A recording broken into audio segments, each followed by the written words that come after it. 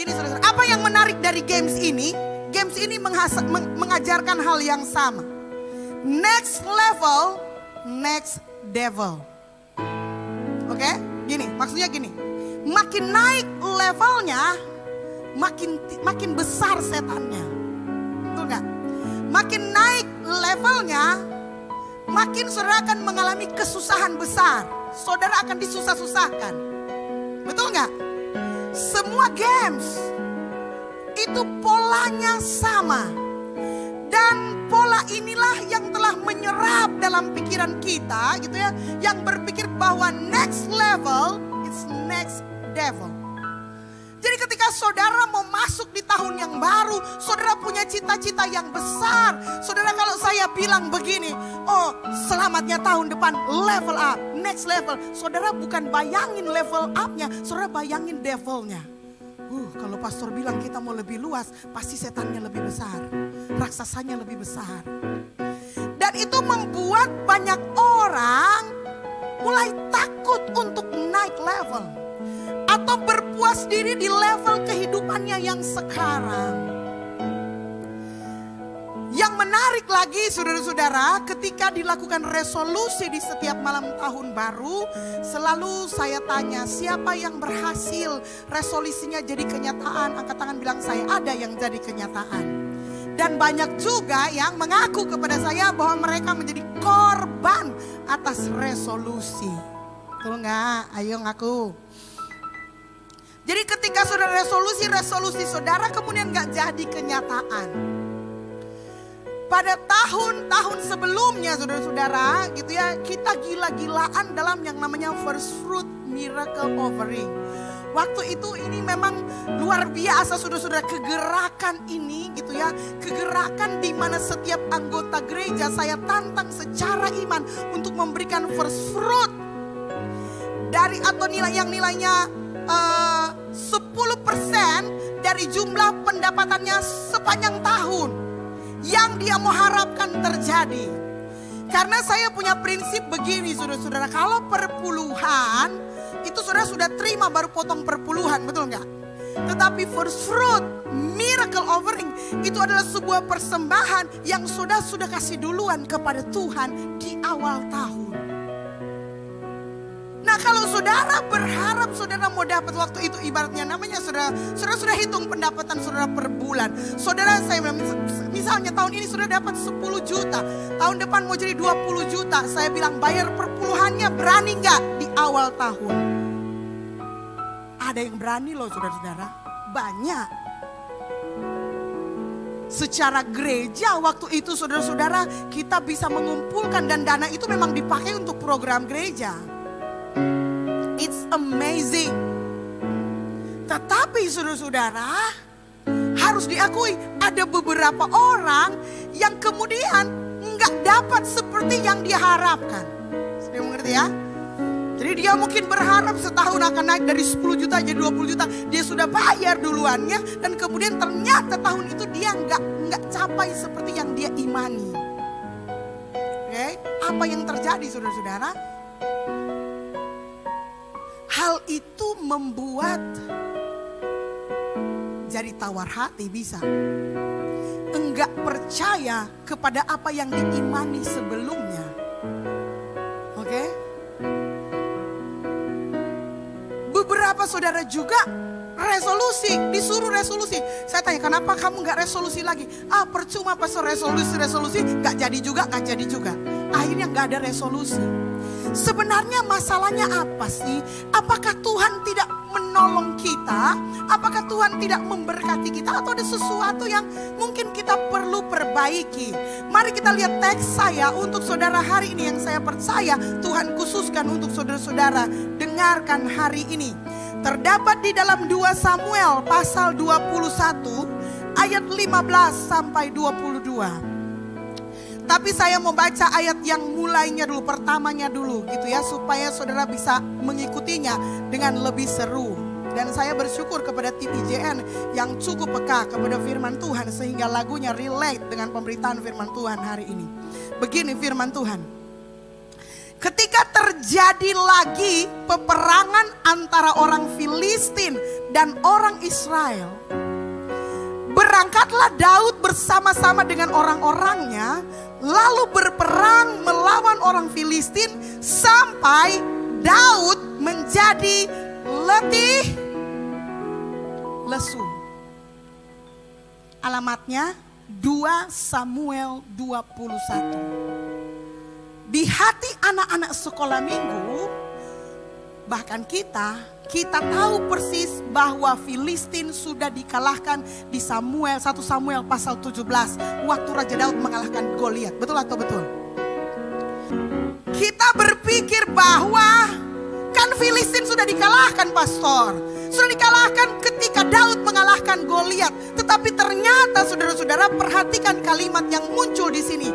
Ketika terjadi lagi, ulangi lagi, ketika terjadi lagi peperangan antara orang Filistin dan orang Israel, maka berangkatlah Daud bersama-sama dengan orang-orangnya, lalu berperang melawan orang Filistin lagi sampai Daud menjadi letih lesu.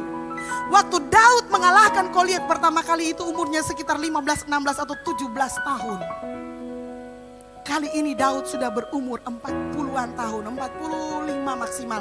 Anggap saja seumuran dengan saya. Seumuran dengan kita. Musuhnya, musuhnya sama, Filistin. Betul gak? Bayangkan saudara, dari saudara umur 17 tahun mengalami mujizat Tuhan, mengalami kebaikan Tuhan, mengalami kemenangan oleh Tuhan.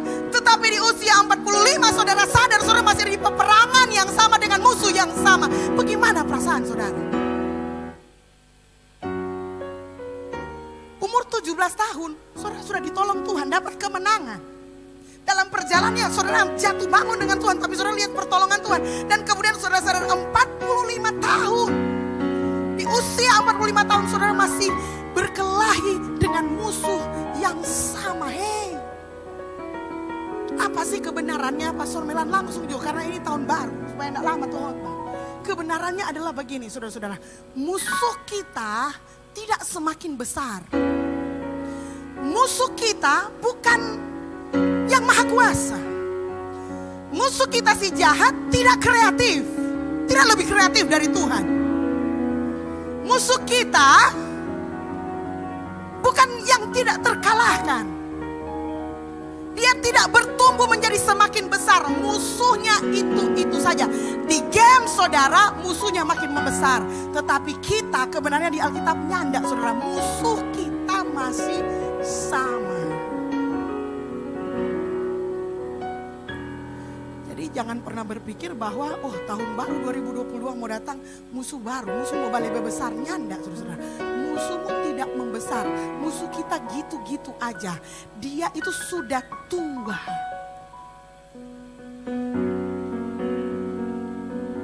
Oke? Dia cuma lebih berpengalaman. Karena selama hidup lebih lama dari saudara. Apakah dia bertambah jago? Enggak. Dorang masih begitu-begitu aja, bos. Saudara tahu mengapa kemarin saya duduk dengan Shannon dan kita ngobrol tentang dinamika hubungan anak muda. Dan saya senang, Shannon sangat terbuka gitu ya. Dan Shannon bilang saya juga terbuka kepada mama dan papa. Tepuk tangan saudara-saudara buat anak-anak kita yang mau terbuka tentang hubungan pribadinya dengan orang tua. Saya juga berharap 4 anak saya akan terbuka seperti Shannon. Cuma memang dorang belum ada. Karena dorang masih takut stop. Besar mau lewat Akang, Gilbert, Mailan besar-besar. Gitu ya. Jadi orang berpikir untuk memperkenalkan. Tapi itu adalah bagus. Saya bilang begini, kamu bersyukur gitu ya. Karena hari ini kamu bisa ngomong kepada orang tuamu dengan bebas gitu ya. Namun kami, zaman saya remaja tahun 90-an saudara-saudara, itu zaman penyiksaan buat kita anak-anak muda. Karena orang tua kita dibesarkan di zaman Victoria, you know. Yang semua dilarang. Betul nggak? Itu sebabnya di angkatan kita banyak yang backstreet gitu ya. Tiba-tiba hamil duluan dan kemudian ini dan ini terjadi. Karena memang orang tua kita waktu itu memang sangat kolot. Dididikan Victoria, didikan Belanda kira-kira. Sedemikian striknya sehingga di zaman saya menjadi korban semua dijaga. Dan karena terlalu dijaga akhirnya banyak yang backstreet. Tapi saya bilang, tapi hari ini backstreet sebenarnya sudah nggak zaman lagi. Karena orang tua zaman sekarang itu sudah ngalamin yang namanya backstreet. Dan akibatnya orang tua zaman sekarang sudah belajar dari dari kesalahan nenek moyangnya. Dan orang tua zaman sekarang lebih terbuka kepada anak-anaknya, betul nggak? Karena kita dididik dengan benar. Betul nggak?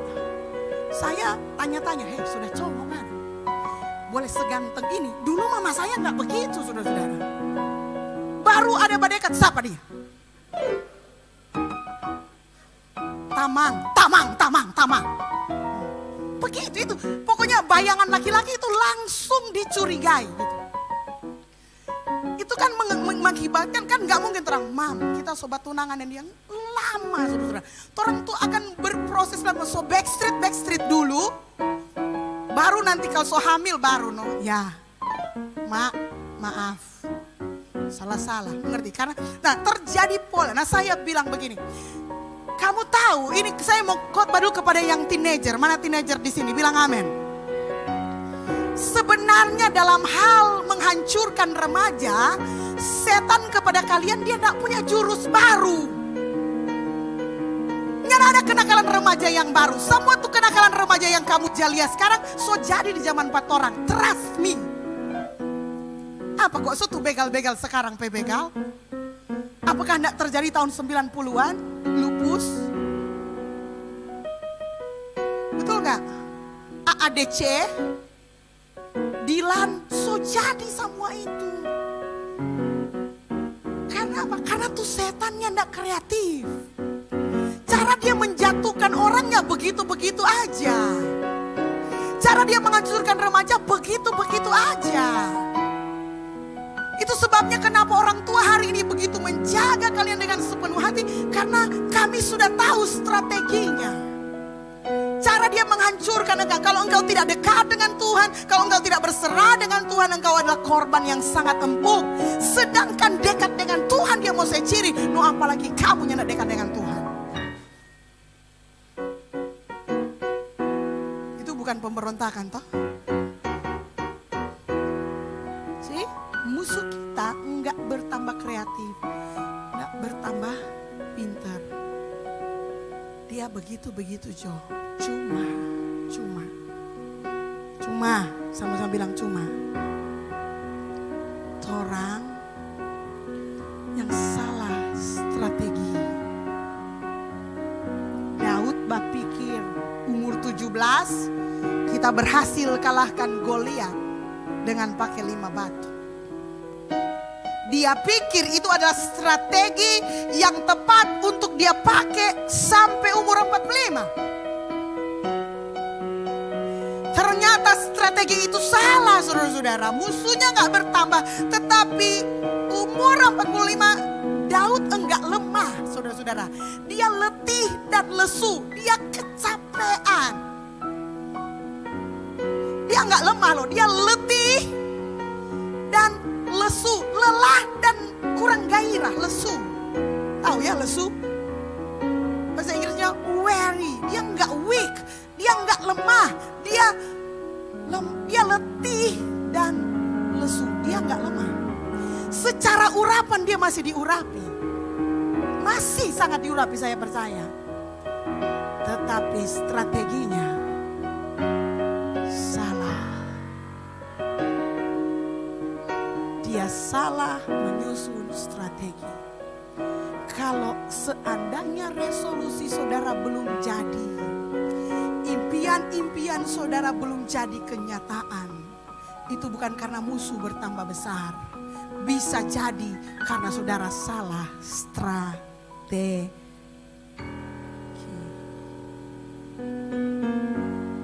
Iblis tidak bertambah pintar, tapi dia berpengalaman.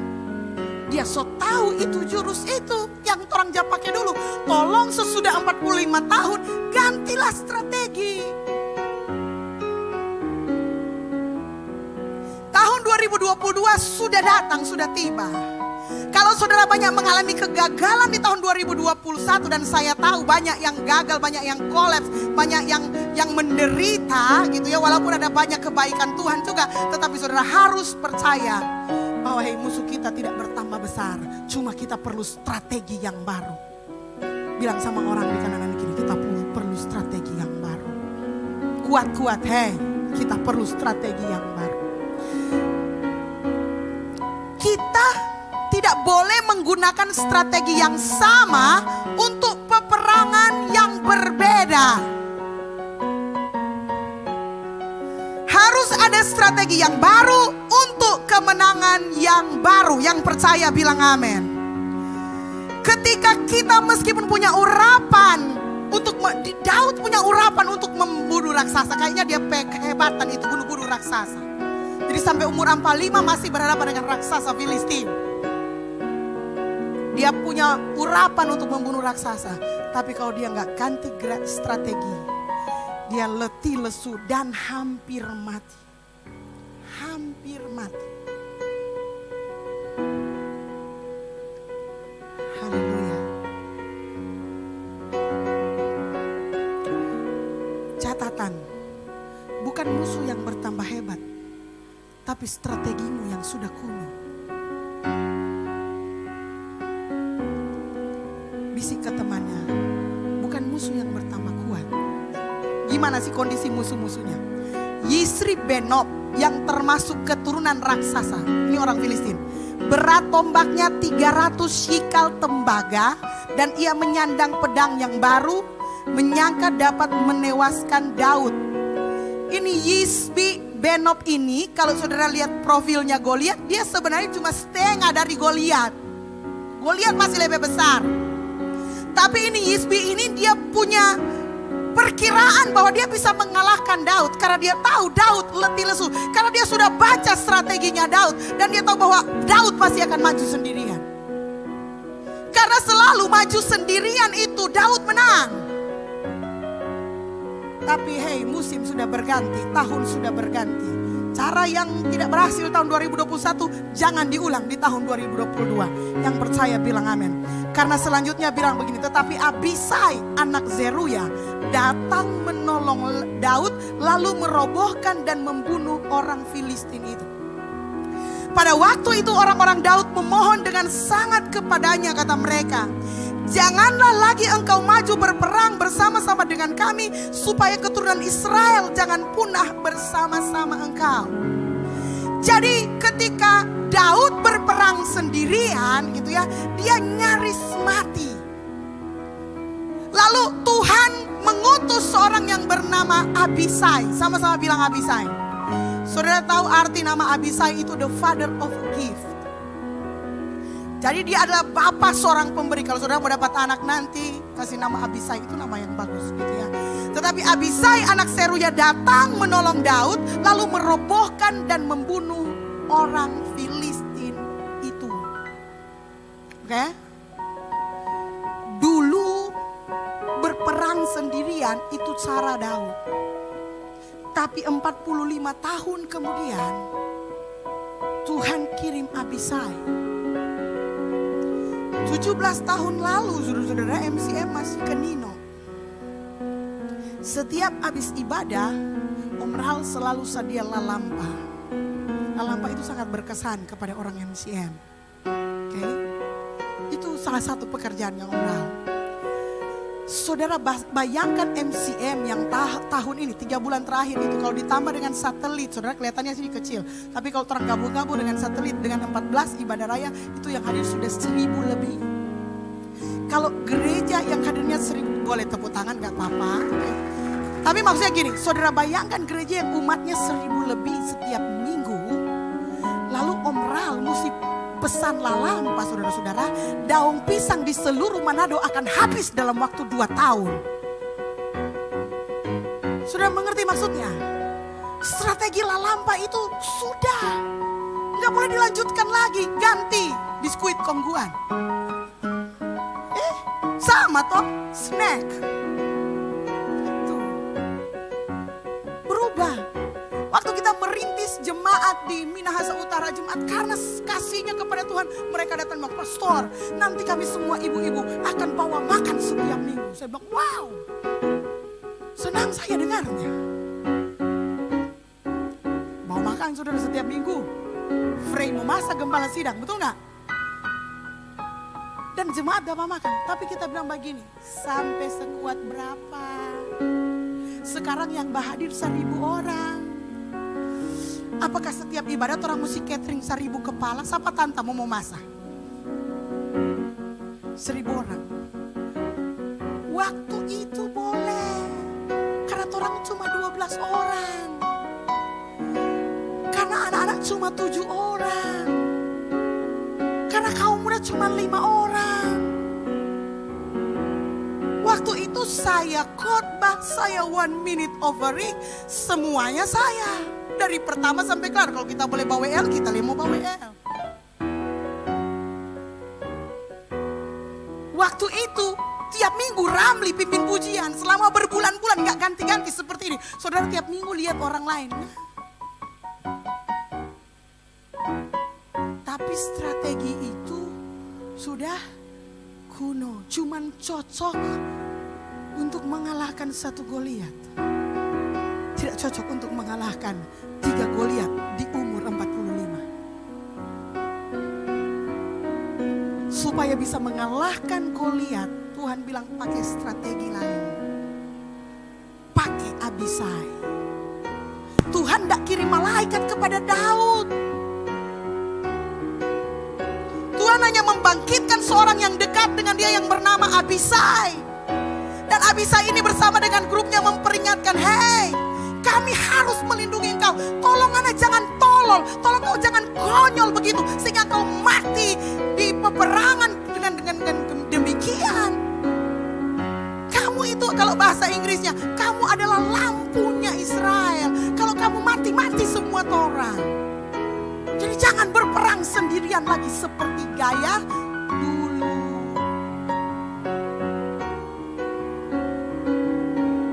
Amin, saudara-saudara. Bilang cara lama untuk kesuksesan yang lama. Cara yang baru untuk kesuksesan yang baru.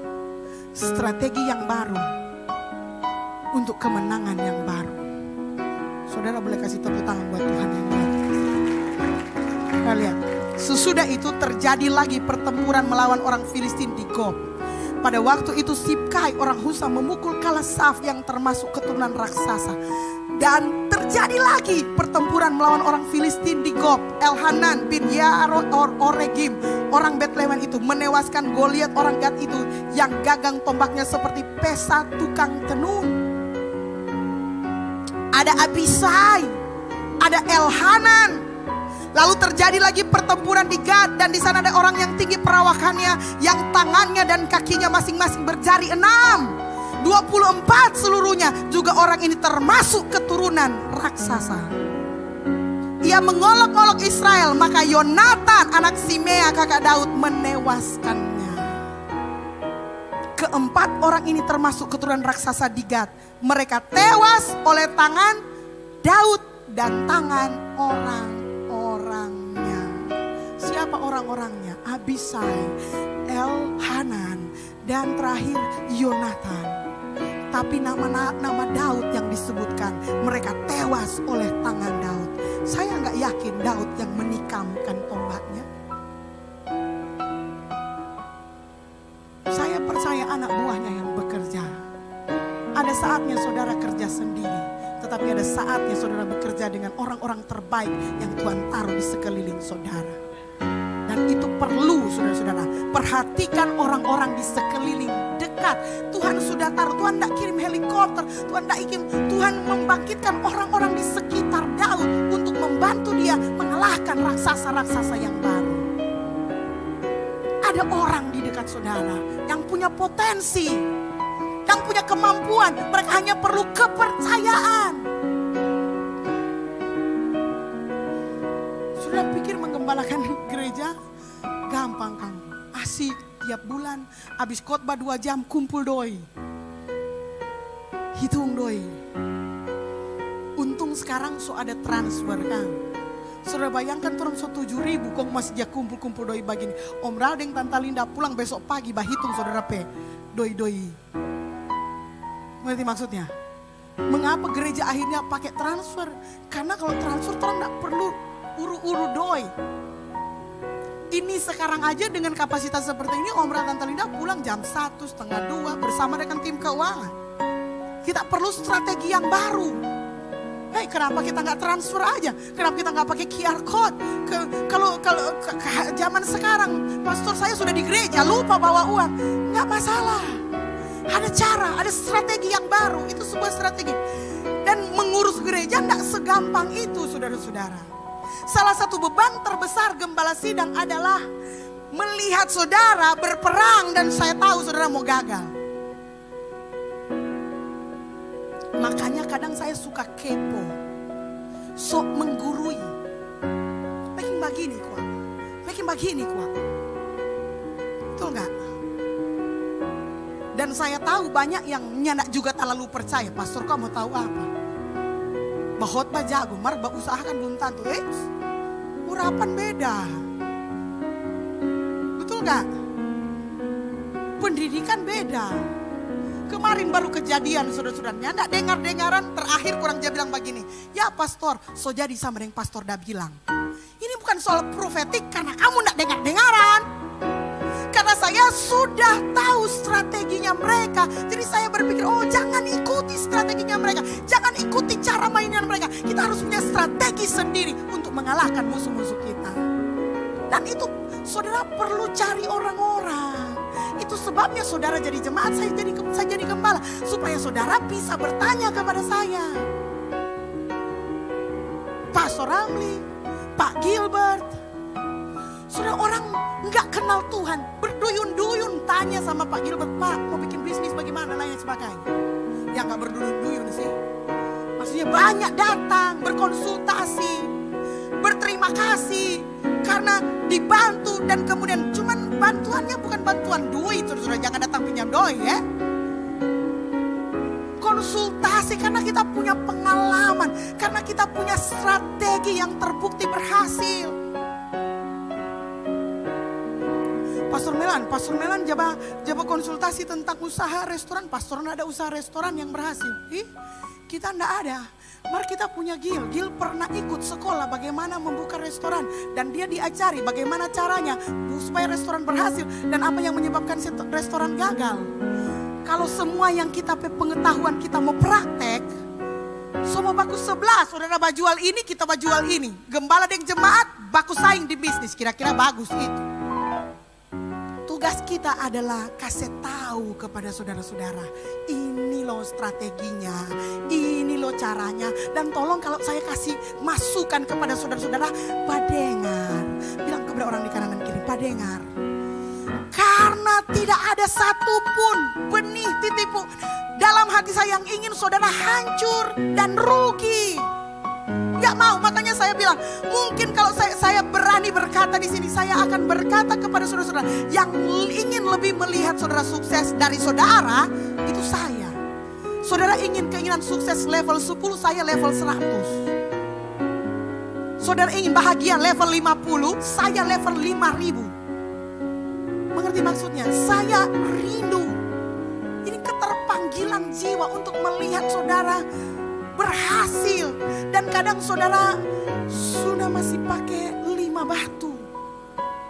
Saya selalu bilang itu gorila jenis lain. Itu Goliat jenis lain maksud saya, bukan gorila. Jangan pakai 5 batu. Memang oleh karena Tuhan, orang tidak akan mati. Karena dia diurapi toh. Mari orang mau letih dan lesu. Masalah itu kalau orang letih dan lesu.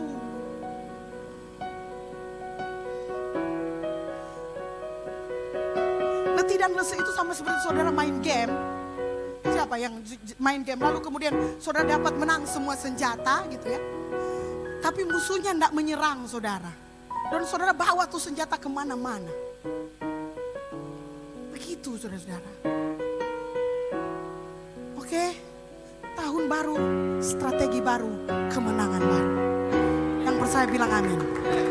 Kalau saudara sudah berusaha dan gagal, bukan hidup saudara yang gagal, TikTok bilang, usahanya yang gagal. Cari strategi baru. Amin. Kalau hubungan saudara gagal, bermasalah, bukan masa depan saudara yang hancur. Saudara hanya perlu strategi yang baru untuk memperbaikinya. Bilang amin saudara-saudara. Kita perlu strategi. Gilbert selalu ajarkan kepada kami, bilang begini, impian boleh besar. Cita-cita harus sangat besar. Bahkan cita-cita itu harus sedemikian besar sehingga kita takut memikirkannya. Itu bagus, berarti impiannya bagus. Tapi strategi harus terukur. Strategi harus masuk akal. Impian boleh tidak masuk akal, tapi strategi harus masuk akal.